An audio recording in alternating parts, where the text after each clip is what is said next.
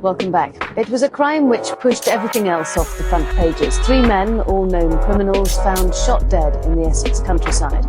It was a cold-blooded, professional killing. The victims had many enemies, but which one wanted them executed? All 3 of these men have earned their living through crime, ranging from armed robbery through to drug stealing.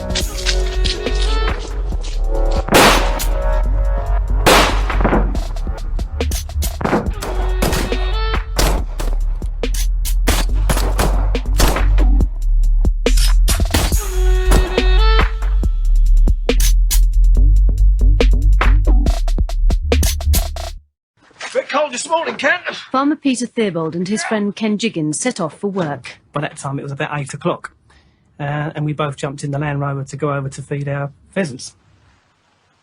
As we've driven down the lane towards where we feed the birds, there's a Range Rover parked in the gateway where we needed to go through. We thought it was a bit strange because usually if there's a fisherman who rent our pond going down to the lake, they will have their own key and they would have gone through the gate and not left the vehicle in the way. So we drove down to the Range Rover, pulled up about 20 yards short, thinking like that give the people a chance to back out of our way.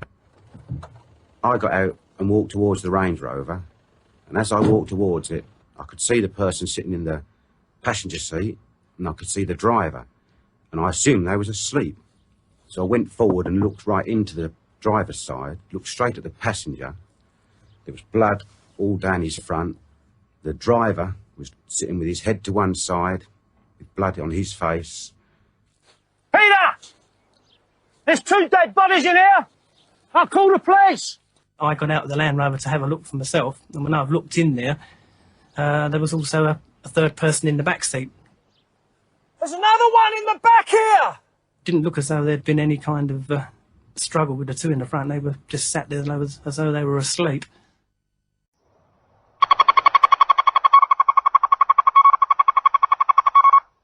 I'm here to take a call right now. I'll leave a message and we'll get back to you. Take there, sorry. Hello? Okay, mobile, mate.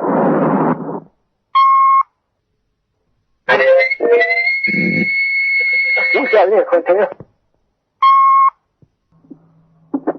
Hi, Pat, it's Ian. It's Tuesday, about 3:30.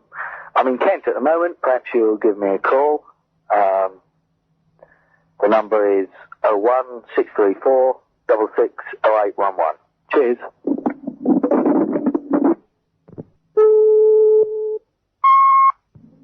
I don't want Pat, I want Sarah. Give us a ring, Sarah, it's so. Bye.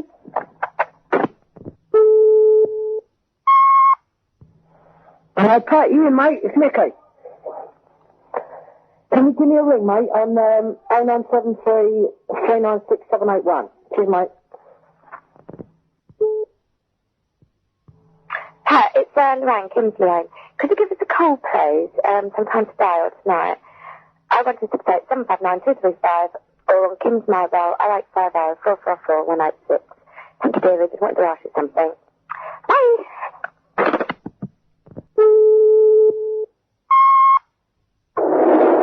Bye. Hey, Pat, it's Ian. It's Friday lunchtime. I'm in the car. Perhaps you can give me a ring.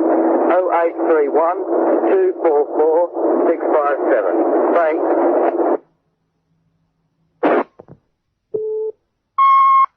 Hello, Pat, you there? It's Sarah. Hello? Hello? I'm at Mum's at the moment. She wants to bring the dog round, so, can you ring up someone and let us know what's happening? 'Cause I can't get my mobile tied. Can you let us know what's happening, alright? Thanks, bye.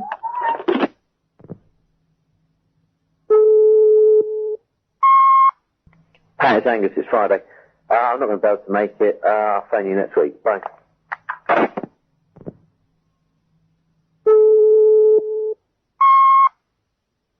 Could pop round and see Bow this afternoon. She'll be about 1:30. Alright, cheers.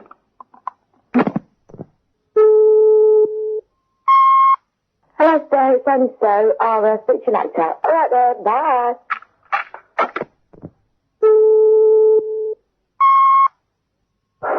Sure, blimey, Sarah, it's Monday now, and dinner time and you're still at home. So you're definitely on a dirty weekend, didn't you, girl?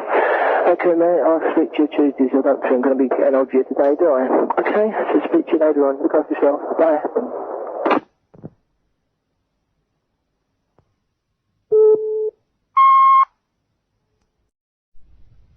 You have 26 messages. Hi, Granny. This is Holmes Building. Please ring Derek Tyler on leads 0113 284 3553. Thank you. Hi, I don't know if you're there. This ring out about the wages. Can you give me a ring at home? Okay, cheers, bye.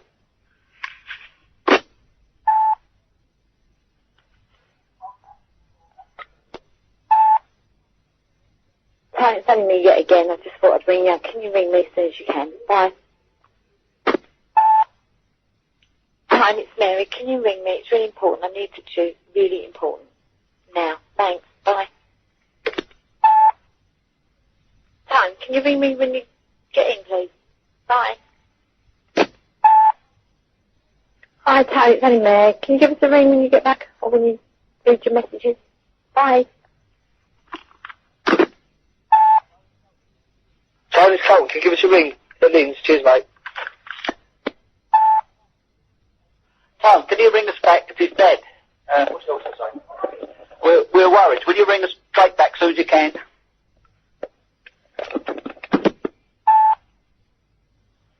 Tony, it's Jane and Ronnie here. Can you give us a call, please? 01303 245977 as soon as possible.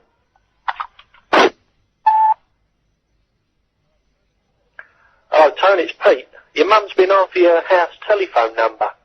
Can you ring her and let her know what it is? See you later. Hello, Tone. Could you ring me? It's Bill.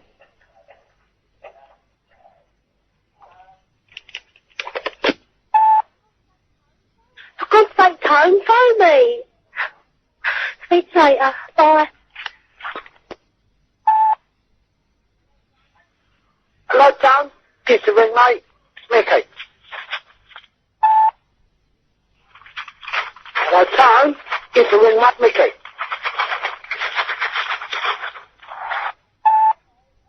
Hi, anyway, Tone, when you listen to messages, could you ring me, please? Well, I was sick at the moment. I'll speak to you later. Bye. Hi, it's only me. Time's nearly 5 past 2. Still haven't heard from you. Can you just give us a ring, please? Let us know you're alright. Because at the moment I think you're dead. You just said on the telly that there's 3 men in Range Rover. I think it's you. Bye. Hello, Tone? Jen, can you give us a ring, please? Hi, only me. Time's now 1:45. I still haven't heard from you. Can you just give me a ring, please? Mum, to let me know that you're alright. Alright, speak to you later. Bye. Hi, me. Time's now 11:15. I have some stables. I was going to say, I thought I'd give you a ring because I haven't heard from you. Rather, oh, right, are you not? Oh, we don't know really. She phoned off. Right then, so I'll try and catch up with you later on. Bye.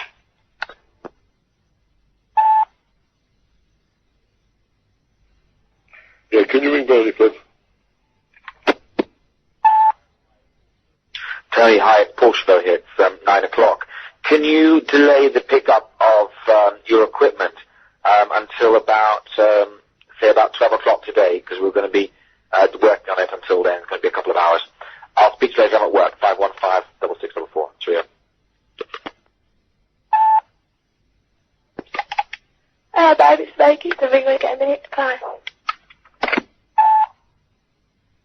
Hi, Tony, it's Mary. Just to let you know, Chris is home, so you're going to ring up about Willow Brook. He's at home with me. Speak to you soon. Bye. Bye, Chris. Ring and let me know how you're getting on. I'm all ready now. Bye. Hi, babe and mate. Can you give me a ring round the flat what I used to be? The number 55769. Yes, ring straight away, yeah? Right, speak to you in a minute. If not, come round my other flat. I'm around Drive at the moment, but come round the flat. I'll be here for the next about 15 minutes. Right then, speak to you in a minute. Bye.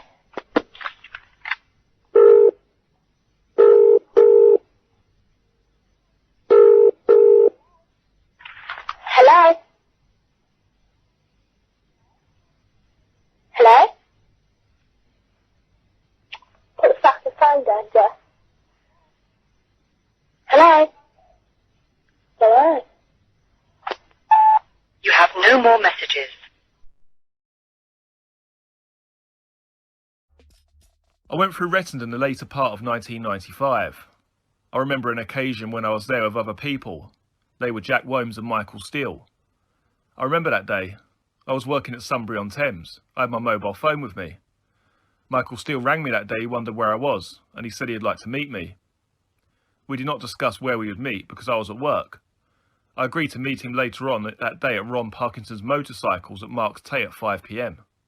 I drove to Marks Tate and I think my Golf convertible. I've been to Ron Parkinson's before. It sells motorcycles. When I arrived, I parked in the flats opposite. Mr. Steele wasn't there when I arrived. When I arrived, I went into the motorbike shop. I bought something for my old motorbike. It was either a battery or a light bulb. And then I put it in my car. Whilst I was walking back to my car, I saw Mick. I waved to him and said I was just putting something in my car. And then I got in his pickup truck. The pickup truck was a red Toyota, M registration. When I got in, I sat in the passenger seat. He said they were going down to do a deal with Pat, him and Jack. I said, "Where is Jack?" He said, "He'll be here in a minute." I don't recall anything else he said. Then I noticed Jack had pulled up behind us. Jack was in a beige Volkswagen. It was a B registration. I had sold this car to Michael Steele. When he pulled up, he got out and spoke to Mick. I don't really recall what he said. Then he got back in his car. Then we pulled off onto the A12 heading towards London. I was with Mick in his Toyota and Jack behind us in his Volkswagen. I can't recall exactly what was said, but he said we would meet Pat and there was going to be a drug deal, or we were having a drug deal, I can't remember. At that time, I didn't know where we were going. Mick said Jack would show me where the deal was going to be. He said, "Did I know the place?" I said, "No." He said, "Don't worry, Jack will show you." Nothing happened on the journey, just normal chat. He told me I was going to swap cars, and I was going to get in the car with Jack, and he was going to meet Pat on his own. We stopped in a lay-by near the Halfway House, which is a pub restaurant on the A127. When we stopped in the lay-by, I got in the car with Jack, and Mick was going to the Halfway House. We got to the far end of the lay-by gates, and we swapped drivers. Jack was to swap the number plates. I got my feet wet. Jack was wearing overalls and wellies. I remembered the wellies more than the overalls because they were new. When we stopped, Jack got out to stick the new number plates over the existing plates, but they wouldn't stick as it was too wet. I saw the number plates he was trying to stick on. They were B registration as well, and they were brand new. When the plates couldn't be stuck, they were put in the back of the car, and he said, "Drive down to the Halfway House pub." I'd been to the pub, only as a child, or driving past on the way to Southend. When we got to the pub, Jack told me to park at the back as far away from the A127 as possible, which I did. I could see Mick's Toyota parked in front of us to the left. After we parked, Jack changed his mind and said, "No, don't park here, park closer to the A127. So I moved the car. I could still see the Hilux, which was in front again but to my right. Then we had to leave the car running because the windows were misting up because of the weather. I said, shall we have a drink? And Jack said no. Then he said we were waiting for Pat to arrive and to go to a meeting point. Shortly after that, he said, right, go. I saw a dark-coloured Range Rover when he said that. The Range Rover drove in and parked next to Mickey's Hilux. I couldn't see who was in the Range Rover. Jack then told me to drive off and up the slip road by the pub and back down the A127 to Southend. So that's what I did. Then he gave me directions down the A127 and onto the A130 to Chelmsford, I think.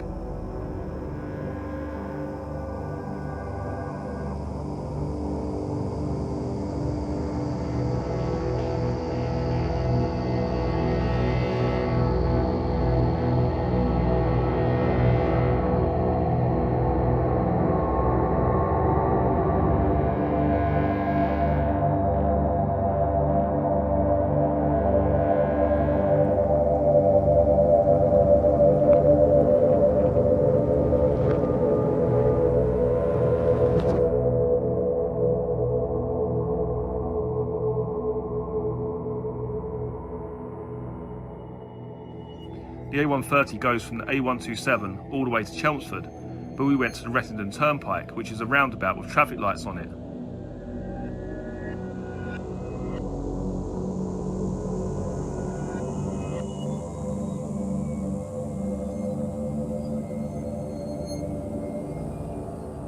I went straight over to carry on towards Chelmsford, on the other side of the Rettendon Turnpike.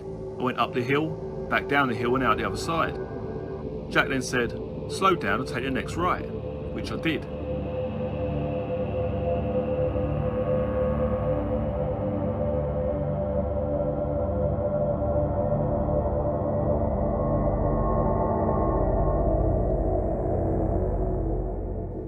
It was a lane and not a road. Then I turned left into a gap to turn the car round. The headlamps were facing the road back towards the A130. Jack told me he'd ring me when he wanted me to pick him up. I had my mobile phone with me. He got out of the car, had a bag and a coat from the back. The bag I think was a canvas, sausage-shaped bag. I didn't notice it in the car before.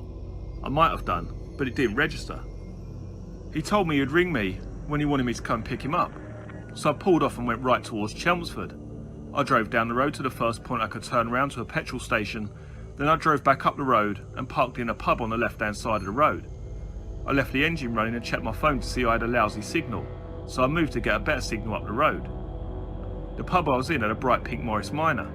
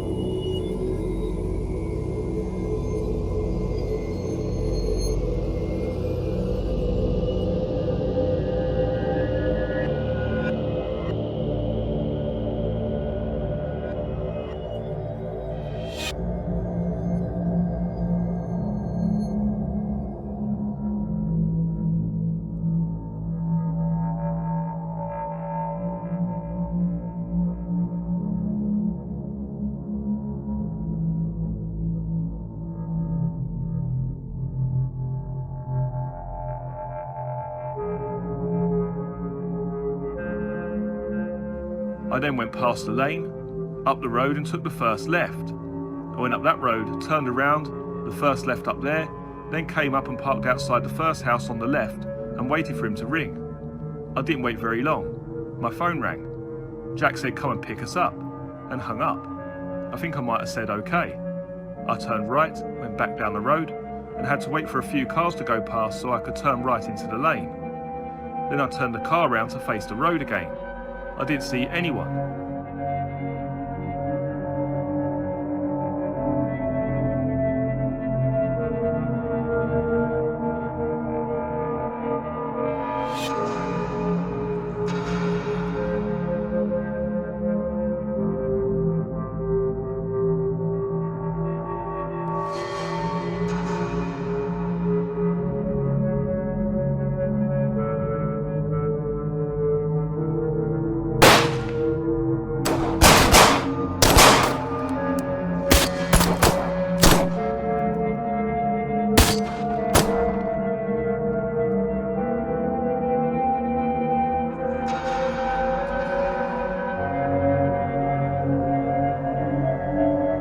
After a short period of time, the back opened up and Jack got in.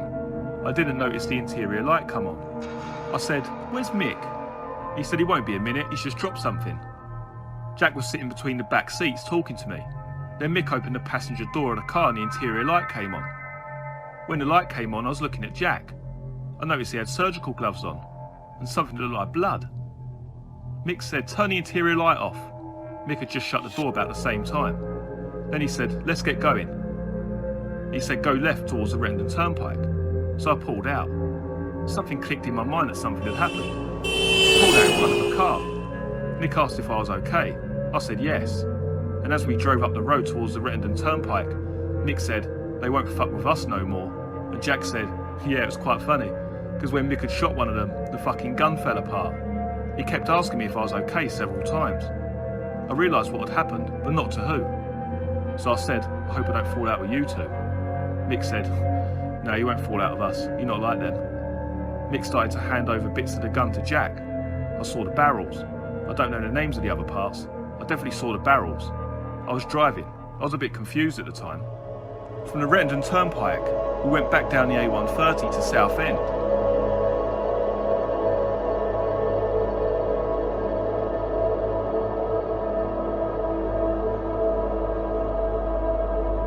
Then at the roar of traffic lights, I turned left, straight to the bottom of that road.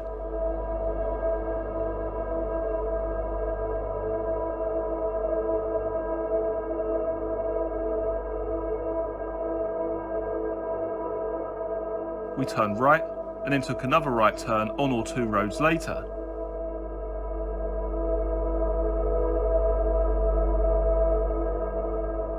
As we went up the road, there was a pub on the right-hand side.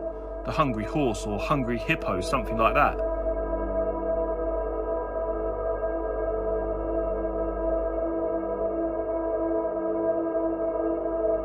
I drove into the car park of the pub and parked next to Mick's Toyota, which was on the left-hand side, and I stopped the car. They got out, and I was still sitting there. Mick had opened up his Toyota and told me to go and get in, which I did. Then they were getting changed, sort of thing. Mick was taking off his wellies, taking his overalls off over his wellies, then slipping his shoes on. Boiler suit and wellies were put in the pickup, and Jack did the same. And then we drove off. Mick drove in the Hilux with me in the passenger seat, and Jack was behind us in the Passat.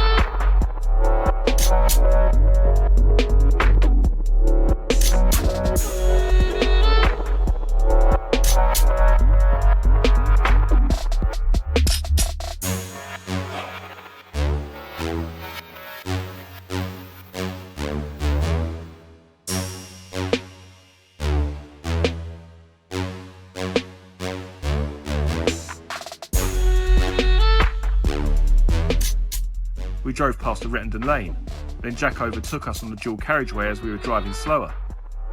There was some conversation in the car with Mr. Steele. He said that Jack was a very cold-hearted person. I said, why? He said, well, first of all, when we stopped down the lane, a gate had been shut. So I got out of the Range Rover, I didn't know where Jack was. Then Jack went into the Range Rover and just shot all three of them. Jack handed Mick a gun, and Mick shot them. Then he said once that had happened, Jack reloaded his gun and shot them all in the back of the head. I can't recall anything else that was said. I did say, can we stop and have a drink? Mick originally said, yeah, good idea, as Mick looked shaken up. But as we got to Mark's Tay, he said best get home straight away. Then I got in my car and headed back to Braintree.